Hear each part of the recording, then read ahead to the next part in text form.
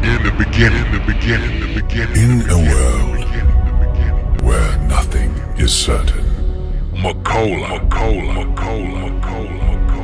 Only music can help you to find the right way. The legend. The way you should follow today. The history. Welcome. Music that makes you feel amazing. The rebirth, the hits. Macola is alive. What you are about to witness is real. This is not a dream, but a new beginning. The rebirth is alive. Join us. The new Macola Record.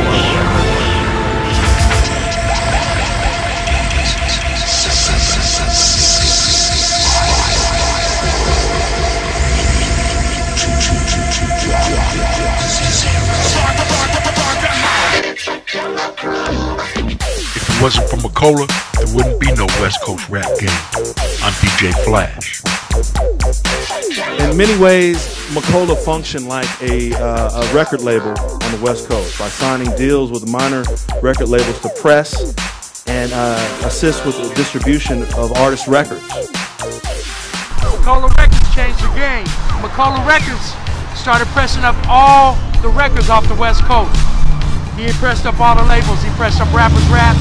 He pressed up Freak. He pressed up the LA Dream Team. He pressed up Egyptian Lover stuff. When Macola came in, artists and producers were able to drop our tapes off to Macola. He had the pressing plant. He made the labels. You dropped your tape off, and he did everything else. He would press the records, distribute them for it. The boys in the hood are always hard. They come talking the trash, we'll pull your car. Knowing nothing in life but to be legit. Back then in day one, we didn't have no street team. The artist was the street. We wrote the songs, we produced the songs, we rapped on the songs, we mixed the songs, we managed, we marketed, we promote, we did everything. Everything was us. And if you was good with your street hustle, you was good, you was good with your music hustle. If it wasn't for Macola, there wouldn't be no West Coast rap game. And why he says that is DJ Flash, one of the first white artists in the hip-hop music business. Without Macola Records, these artists wouldn't have been able to get their music out and get exposed and really get a chance to make money and make a name for themselves. So that's why he says that. Macola was the best and worst thing happened to the West Coast. We were forced to be entrepreneurs. Nobody would give us record deals. I knocked on every door on Sunset, Hollywood, Santa Monica, trying to get a record deal. Nobody was checking for us.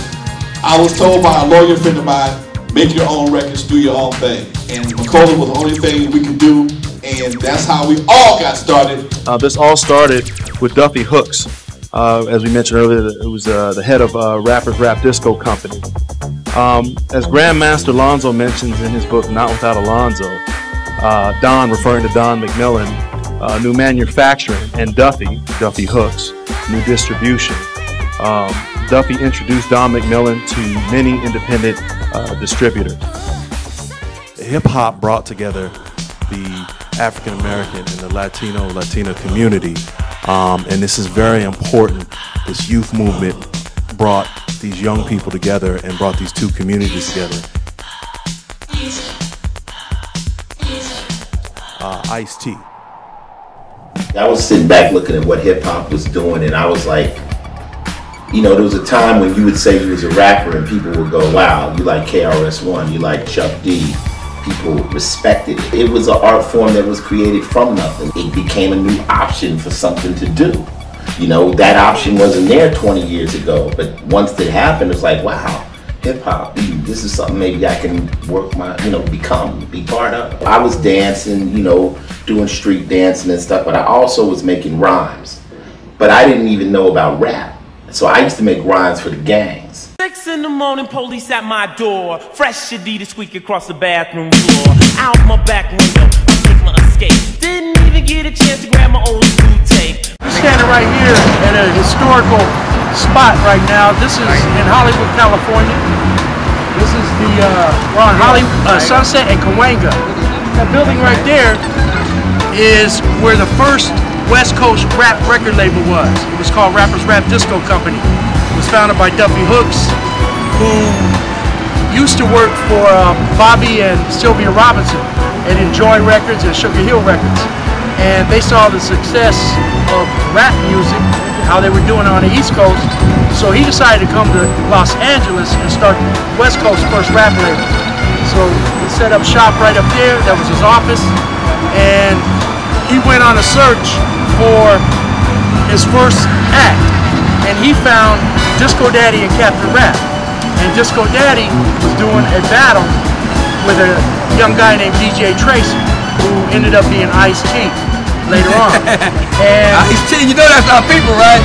Yeah, so Disco Daddy was signed to Rappers Rap Disco Company and took the first record called The Gigolo Rap. And then my group came behind him and Captain Rapp, and we were called the Rappers Rap.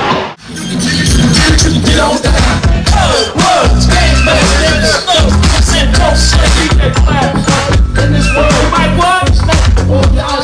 You're doing your job every day. You work so hard, you get head turned away. You tell everybody that's the way you stand. Gotta have a knife, gotta stay on land. Get it, come on. Everybody on down.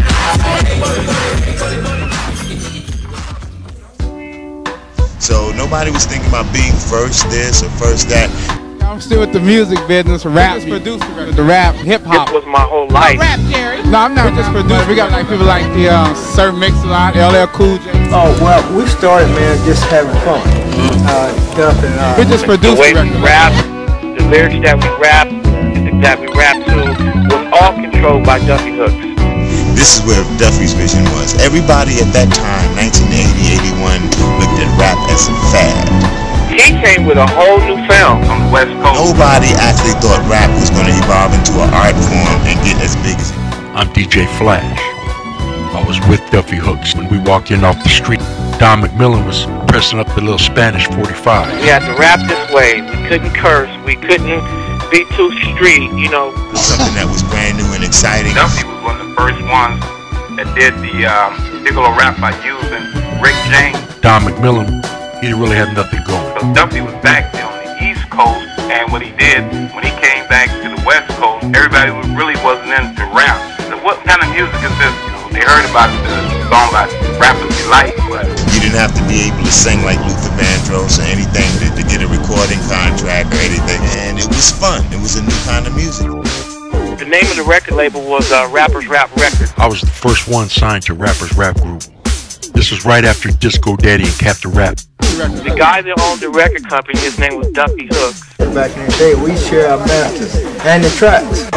We take a track and produce like 2 records off. I mean, we had it rough, man. We would share. That's when you had to do it, you know. So basically, what happened is we paved the way for all the West Coast rappers. Nobody really knows this story because when you watch things like VH1 Hip Hop Honors, they recognize the pioneers of West Coast rap as people like NWA, you know, Ice Cube. That, you know, and that's far from the truth. We were here touring, doing shows, promoting West Coast rap long before DJ Tracy changed his name to Ice-T. The major record labels were like, that's not hip hop. The guy that owned the record company, his name was Duffy Hooks. The name of the record label was Rappers Rap Records. Yeah.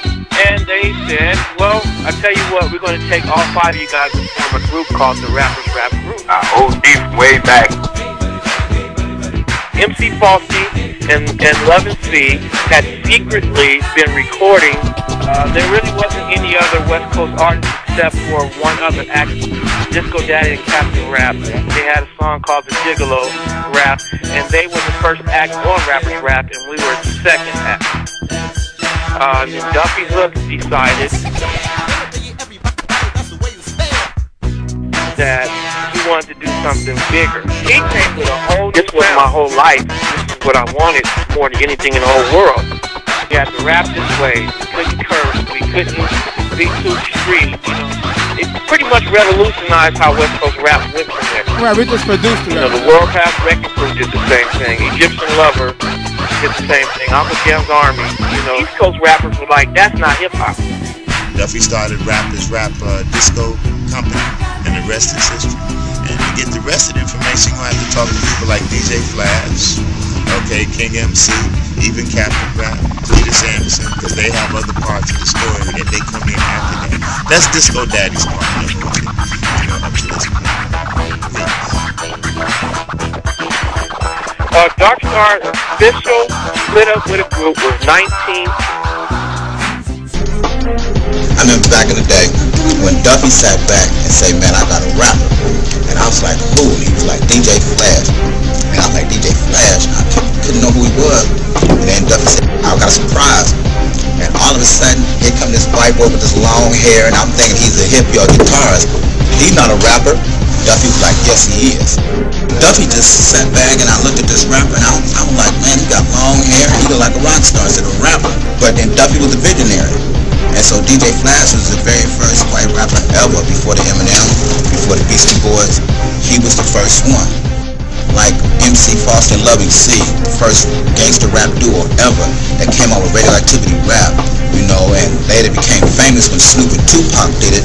Cuz, blood, gangbangers, a host of crooks and dope slingers. You got to have knowledge in this world. You might get your personality before your eyes troll. You're doing your job every day, then you work so hard until your hair turn gray. See, that line was MC Foster and Loving C's line on radioactivity rap. And Snoop took it and blew it up way bigger. So see, that's just some of the history I'm going to share with y'all on Rappers Rap Disco and what we did and how it happened and how we set the tone for every rap. Like, see, there had to be a first one, and thank God Almighty, we were the first. We will never be forgotten. We were forgotten because a lot of people didn't tell our story.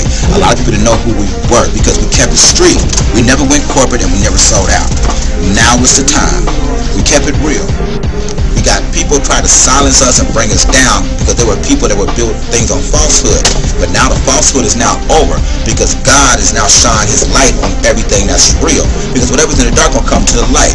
So how long can you keep a giant down? You can keep him sleeping, but let me tell you something. Rappers Rap was like a man among midgets and a giant among men.